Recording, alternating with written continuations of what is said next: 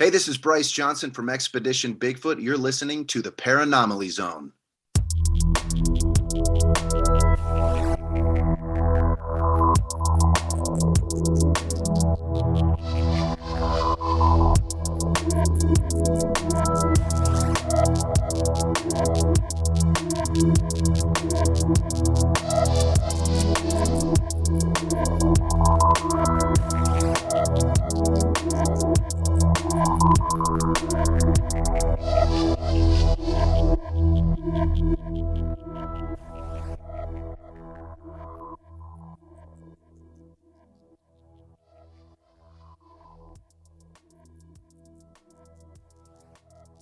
Hey there, ponderers of the paranormal. You have found the Paranomaly Zone, your podcast home for all things paranormal, strange, and mysterious. My name is Patrick Offenberg, and I'm joined, as always, by my co-host with the ghosts, the paranormal poster boy himself, the pasty as ever, Mike Carbno.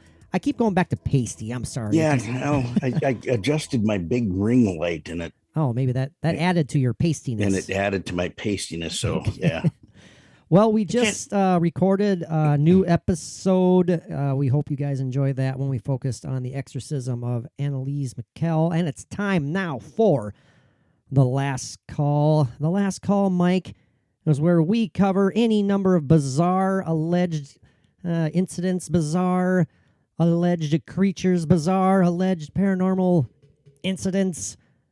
And we give our final say on that. Yay or nay, no shades of gray. We have to go either way. And that rhymed. I didn't mean it to do. So we got to talk about bizarre and weird. This one, this is a great story. Yeah, and I've never heard of this before. It's really, truly bizarre. We kind of laid back a little bit more in the last call. We're a little bit more loose, not as stiff, and just Mike tends to record this while in his underwear. So he makes him a little bit more relaxed. And puts him in the mood. Mike's chewing his fingernails now. I just bought a new set of underoos for this one. Oh, you did? I did. Are they Bigfoot? They're underoos? Incredible Hulk underoos. Good Lord! All right, so I guess it's got a big fist right in a certain specific spot. Yeah. Okay. Sounds good. Big fist. No more details. No more details. The big green fist. That was great. A big fist. A big fist. Yeah, I still don't have my soundboard pulled up, so I can't plug in any humorous audio, but that's fine. We'll make do. I can put a little bit of maybe. You can't computer mic laugher in there or something. Yeah, you can't really pull off the very well. That's one of my favorite ones. You do know? Yeah, no, that's pretty good. No. I won't make you say sausages, but you could try. Yeah. But this is a crazy. Where's the syrup? This is a crazy story. Yeah. Well, we all know the history. We hope that you have a general understanding of history. Speaking to not only our listeners, but to ourselves. Mike and I, we like to give ourselves history lessons every now and then. Now, Mike did admit that he is quite unprepared for this episode, but that's fine. Sometimes that's some of our best content when neither of us have a clue what we're talking about. So we're just going to give a forewarning there. I wanted to hear the whole story right from you, what you have, and then I can give I see. Well, why are you even here then? I would have called you 40 minutes from now. Well, what do you think, Mike? What do you think of this story after I just... Go ahead and do it all by yourself. No, I don't want to. It sucks. I can, but I don't want to. I did that once or twice back in Nonsensicast radio days. No, actually, the Alternate Realm podcast days. I did that. Yeah, I remember. I didn't like it. I don't like it. No, it's not fun.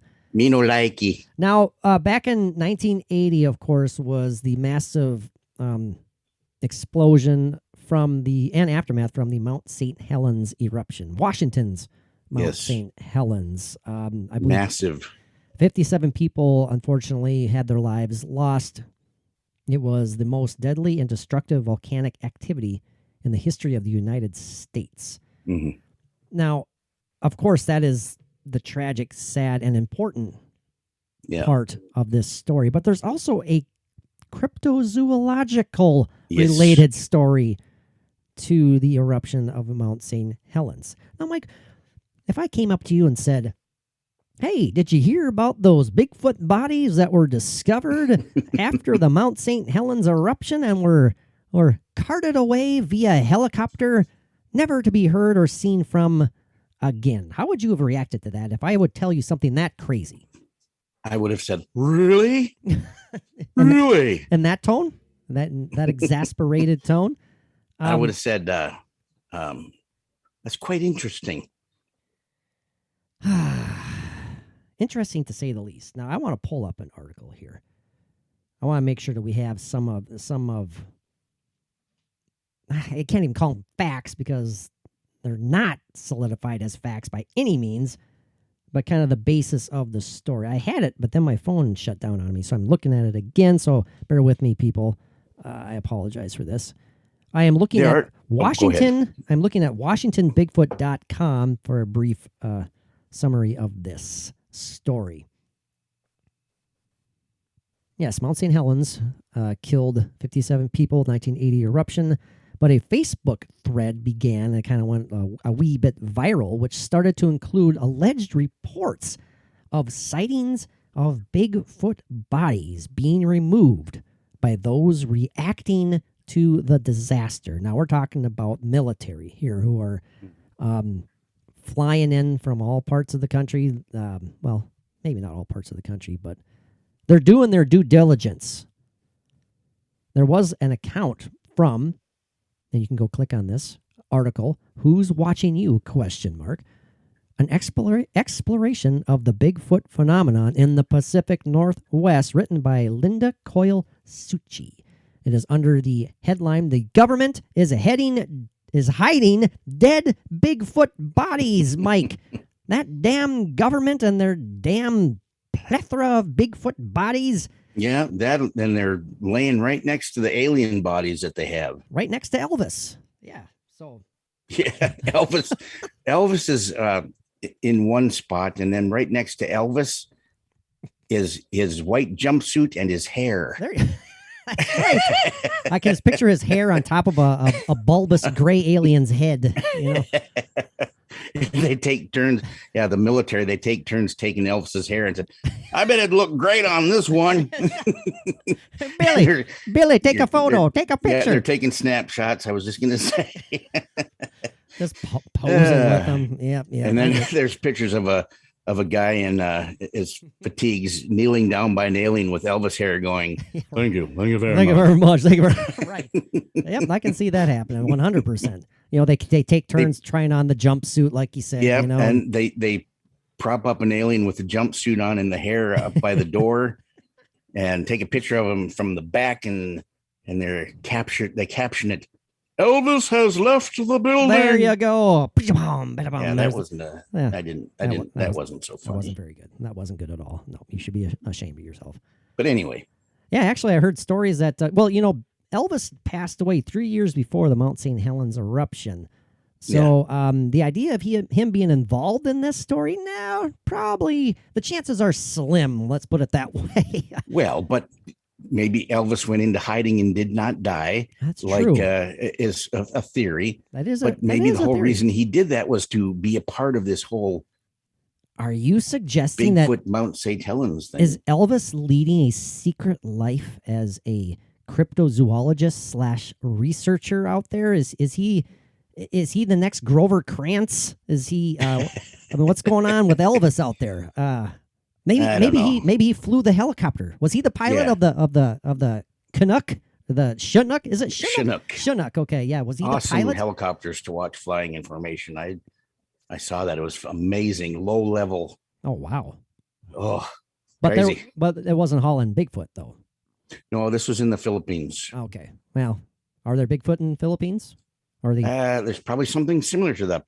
Yeah. Isn't like the Pandoric, whatever it's called. Orang Pendek? Yeah, there you go. I thought you Pandoric. That sounds like a private medical issue. Good Lord. Let me see your Pandoric. Oh, good God, Lord Almighty. Yeah, boy, Off the rails. off the rails just a wee bit here. Yeah.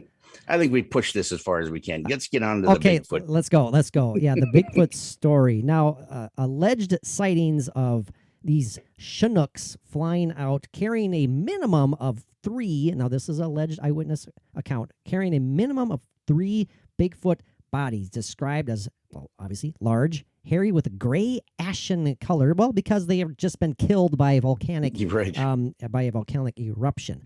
Now, in all sincerity, Washington is a hotbed for supposed alleged Bigfoot sightings. Oh, absolutely. The whole northwest coastal region there. I mean, the Pacific Northwest, I should say. And this eruption, but now these Bigfoot, go ahead. They were there are supposedly witnesses that said that they had seen them, the Chinooks, carrying the Bigfoot in nets below the on a rope below the Chinook. Right. That is correct. So for one thing, I don't think they would have done it that way. That seems kind of disrespectful. Yeah. Well, even that. I mean, if they wanted to hide this, well, that's even better reason. Yeah, I go for the disrespectful angle. Good Lord, you gotta respect the big footsies out there. Come on now. Yeah. If they had them in a net, with Frankie along for the ride. Well, yeah. Annette and Frankie, another bad joke. That was pretty bad. That was bad. That went over everyone's heads. Including my own. At least the younger generation. Yeah. But anyway, if they would have covered them in a blue tarp or something instead of just in a loose net. Yeah, they could have been a little more subtle, like cover them in a blue tarp that has written in giant letters, "Not dead Bigfoot" on it. So you gotta make people look away. Oh, well, that's not a dead Bigfoot. So, but why do anything that would be something that would be able to be possibly witnessed? Yeah, just like the supposed alien bodies. I mean, those were done under extreme secret, which any cryptid that, for whatever reason, they are going to be just as secret about it. I don't know. That's what I was going. Okay, I was going to ask you that, Mike. What do you think of the possibility of the government actually hiding Bigfoot bodies in the first place? Let's talk about that for a second. What do you think about that? I mean, it can very well be possible if, if there's some kind of a government connection to Bigfoot, or is it just that they're trying to keep it secret? Like, why do they keep aliens secret? Because people will freak out too much. I don't see that happening with the Bigfoot, but we don't know. I mean, is there possibly some kind of a government connection? Are Bigfoot part of an experiment gone wrong where the species, but then that wouldn't work either because the species has been around much longer than our government. Yeah, finish your train of thought there because I was interested in what you said. You're like they were maybe an experiment gone awry. And exactly. But you didn't finish your thought. Escape, just like like the Montauk Project or whatever. Oh, I see. I see where you're going. Okay. Yeah. But then I digressed and realized that Bigfoot has been around much longer than the government. True. So that is true. So you corrected yourself, and yes, I corrected myself. I apologize for prolonging that part of the podcast. Yes, you prolonged my agony of stupidity. Just like I was the cruel disciplinarian in the prior episode. There you go. Good golly, Miss Molly. I got over that real quick. Good. Now this is an excerpt from that article I read, or the account that was written in Who's Watching You, an exploration of the Bigfoot phenomenon in the Pacific Northwest by Linda Coyle Suchi.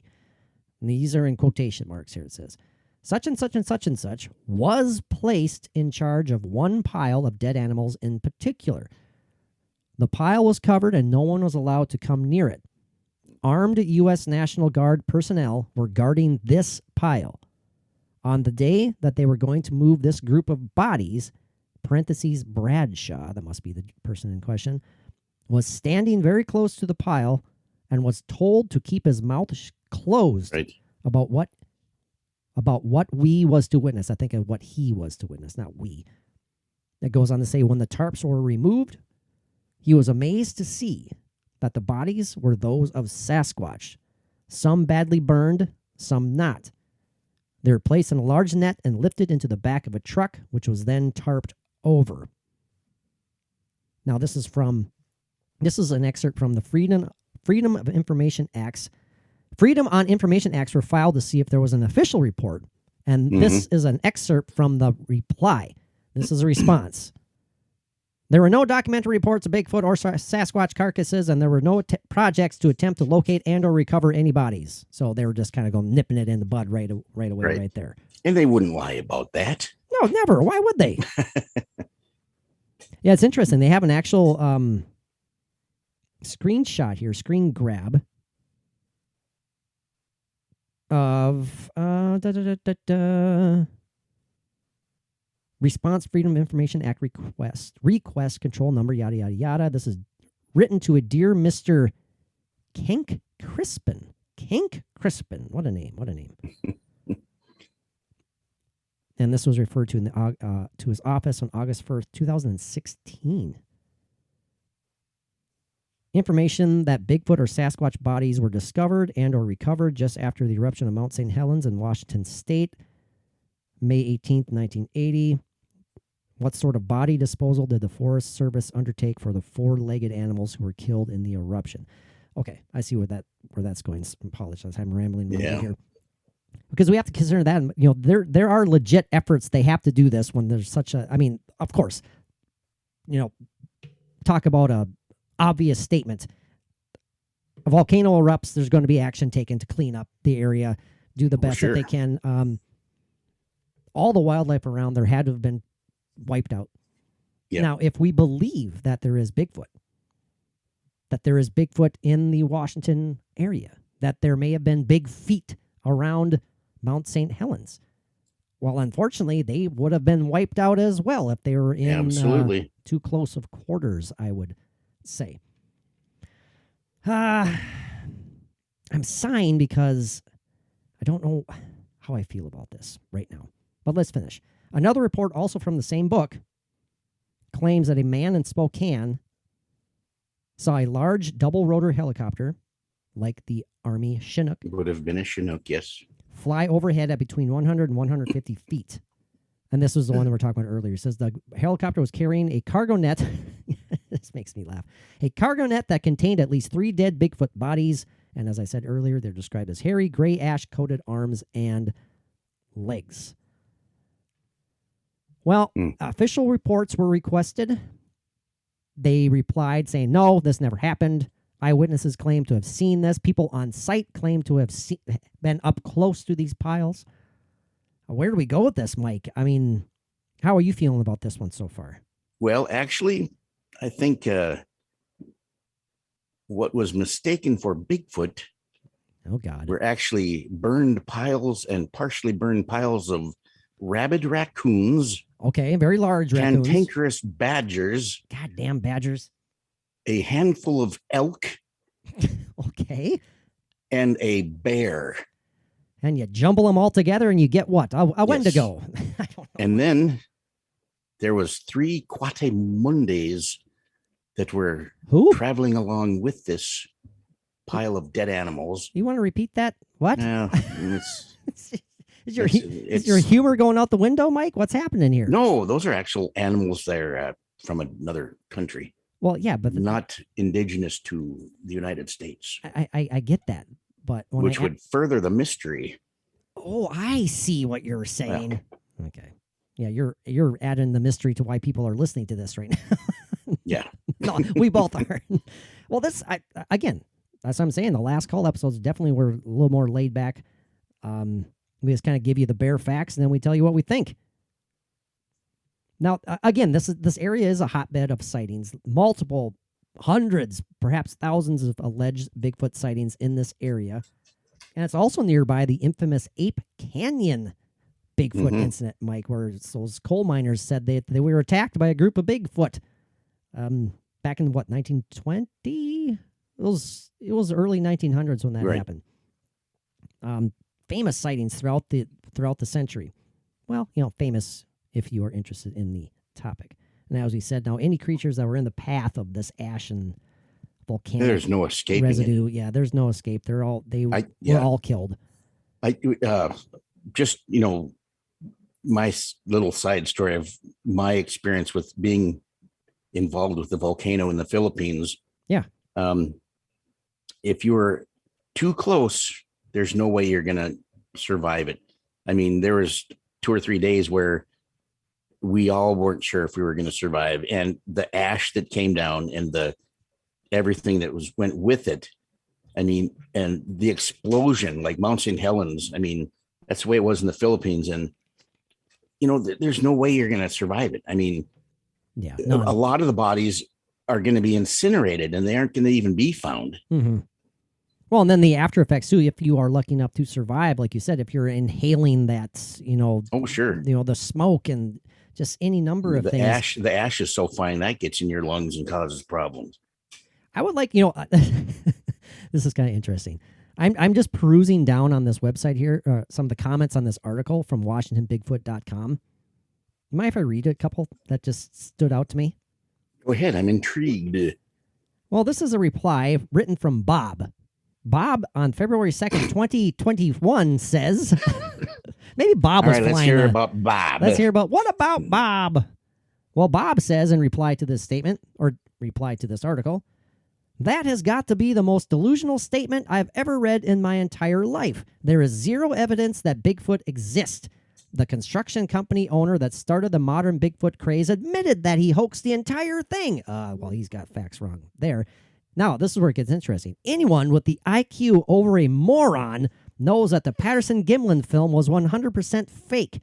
Patterson bought a Bigfoot suit for the purpose of making a Bigfoot movie shortly before the famous film was made. How do people as dumb as yourself, how are you even smart enough to breathe? Yes, thousands of people have seen it, and just as many have seen fairies, lizard men, mermaids, and dogmen.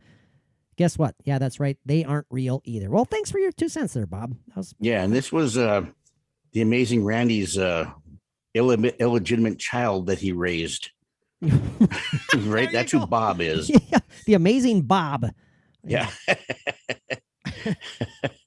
The amazing Bob with the amazing father, the amazing Randy. And then some people write back. Then Matt Wilson replies.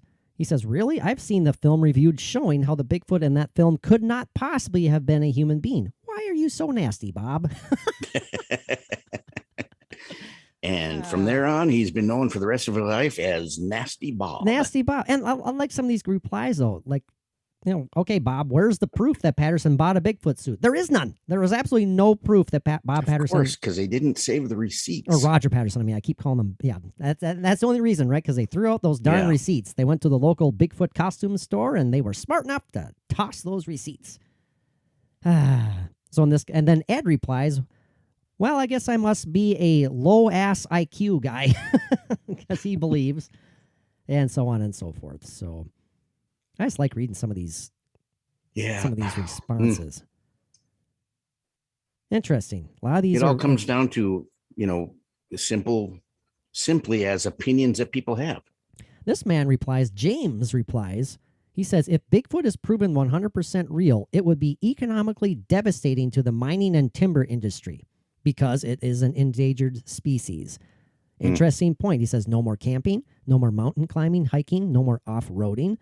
The money men do not want that to happen. That's an interesting point. I mean, it's very interesting point. We've heard that before. We've talked about that where it's like, if Bigfoot is proven to exist, money's going out the window here because of all their, the natural preserves, the tourist industry, the hiking industry, any number of things are out the window. So, hey, it comes down to money. Yep. That's why Edison came out on top instead of Nikola Tesla. Hey, that's a great. Are you okay? Tesla was he wanted free energy for the entire world. Yep. And what happened? Pull it out of the sky, and he proved that it could be done. But he wanted it free, and Edison was the one that wanted to. We could make money off of this. Yeah, exactly. And that's where it went. Ding, ding, ding, ding. Yeah. Yeah. Oh, that's a whole nother topic right there. I would love to focus on Tesla. Absolutely. I'm a huge fan of Tesla. Just amazing. Maybe we should. Yes. Maybe we should plan on that. feel like hurting our brains. Yeah, we a little should. bit. Tesla said, if you can figure out the meaning of 3 and 369 in the multiples, which 3 has, ever since I was a little young child, 3 has been my number that I've been almost obsessed with. 3's, multiples of 3's, 369. But he said, if you can figure out the meaning of that, you will have the key to the universe. I'm on it. I've had this 3 thing since I was, I think, in kindergarten. I remember. Well, give me like a week. I'll be on it. I'll have it all answered for you. Well, I think that's a sign from Tesla's ghost himself that we need to probably wrap it up here soon. Are you back, Mike? He froze up for a little bit. There he is. He's frozen again with, and he looks like he's biting his tongue. Oh, literally biting his tongue. Oh, are you back? Hello. Ding, ding, ding. I think it's the sign from the podcasting gods that we need to wrap this one up. But that's a pretty decent link. We're coming up on a half an hour for the last call. That isn't too bad. Mike, can you hear me? Are you back now? And he is not. So I have to send him a quick message. Hold on, boys and girls. All right, that was seamless. Mike is there. He's no longer frozen in time, biting his tongue, which you were. You were like this. It was interesting. It was kind of cool. You were frozen too, but it was, I know. Yeah. Well, like so I was dramatic. Like I was saying, though, it's time. I think these are signs from the podcasting gods that we should wrap this one up. Sure. Well, Mike, it's time for yay or nay. No shades of gray. That is the point of the last call. I mean, this has been fairly brief, but it's been fun. If there is a little bit of information out there, if you guys want to do a deep dive into this, but I'm emphasizing little. There really is little out there. So, and I can guarantee you, somewhere along the line, you look back in previous editions of the Weekly World News, you will find this story. Absolutely. Elvis included. Absolutely. So, fishing with invisible security guards and all that good stuff. Yeah. All right, Mike, what do you say? Do you want me to take it first, or you want to give your last call? You take it first, because usually I do. You do. That's true. Okay, the positives, the pros for this is the locale. Again, a lot of Bigfoot sightings, alleged incidents, alleged encounters. It's prime Bigfoot land, and would it necessarily be out of the ordinary for several big feet to be near or around the base of Mount St. Helens? Simply speaking, no, it is not. Not in my mind, it isn't. I'm very open-minded, but I'm also a skeptic, and that's how longtime listeners know how Mike and I go on this. I don't immediately dismiss things just flippantly, just offhanded. I'm not a pseudo-skeptic. Yes, there's no nilly-willy here. No, and I'll say right now, I believe Bigfoot exists. I do. We share that belief that, yes, where Mount St. Helens was rife with Bigfoot. Now, I believe in Bigfoot. That area is known for Bigfoot sightings. I'm not saying I necessarily buy 100% into the idea of a government cover-up of Bigfoot. I do not know on that one right now. Am I a little leery of them? Sure. All that being said, was a massive pile of Bigfoot bodies hauled away under the cover of a tarp. Somehow, that tarp had to have been strapped down. Since I'm envisioning this helicopter, struggling to lift off with these massive bodies. Chinook would not struggle. Well, it depends on how much they are hauling, I suppose. Maybe 3,000 Bigfoot as opposed to 3. So, yeah. Mike, it's time for my call. Did this happen? Did Bigfoot reveal itself via dead bodies? No. I'm going to say nay, no yay for this one, just because I think this would be a bigger story in the Bigfoot community. I would think more Bigfoot experts out there, Sasquatch experts who devote their life to research. Personally speaking, I think I would have heard from them more. Even if this was a government cover-up. Stuff like this slips out. It just somehow manages to do that. And this would be, if this was real, this would be a way bigger story than it is. You yourself said when we started, you'd never heard of this. I didn't. that kind of adds a little bit to me as to leaning towards the nay. And if we have to choose one, yay or nay, I'm not saying I totally dismiss it. I'm not saying it absolutely 100% did not happen. I have to say nay. Okay. How about you? Well, too bad that we didn't think of this when we've talked to Ron Moorhead. I would love to get his take on this. No kidding. That would have been fantastic. That would have been awesome. That would have been fantastic. Yes. But there are things that I think about, like if there wasn't this great cleanup and removal of Bigfoot bodies, wouldn't over the years following, where people were getting back into the woods of Mount St. Helens, and even shortly after, I'm sure there were people that were, looking around or accessing places that could be accessed. Wouldn't they have come across bodies? What great point. That might have been left. Great point. Because I'm sure they came across bodies of animals, even if these bodies are totally charred to the point of near disintegration, there's going to be chances are there's some physical remnants. Yeah, good point. Right. I know, like I was saying earlier about, being involved in a huge, massive volcano that I think was actually bigger than Mount St. Helens. Hundreds of people were killed there. But, ash can pile up. It can bury things, that could account for a number. And the rest of them, were they, cleaned up, hauled away? But then think again of the massive undertaking that would be. Yes. How many, thousands of acres would they have to cover if they were searching for Bigfoot, or if they were finding Bigfoot, or was it just as they came across them? I don't know. There's so many questions like that. Mm-hmm. So considering that the amount that weren't found after, considering that the government has their hand in numerous things that I know are cover-ups. That you believe are cover-ups. Sure. Yeah. Yeah.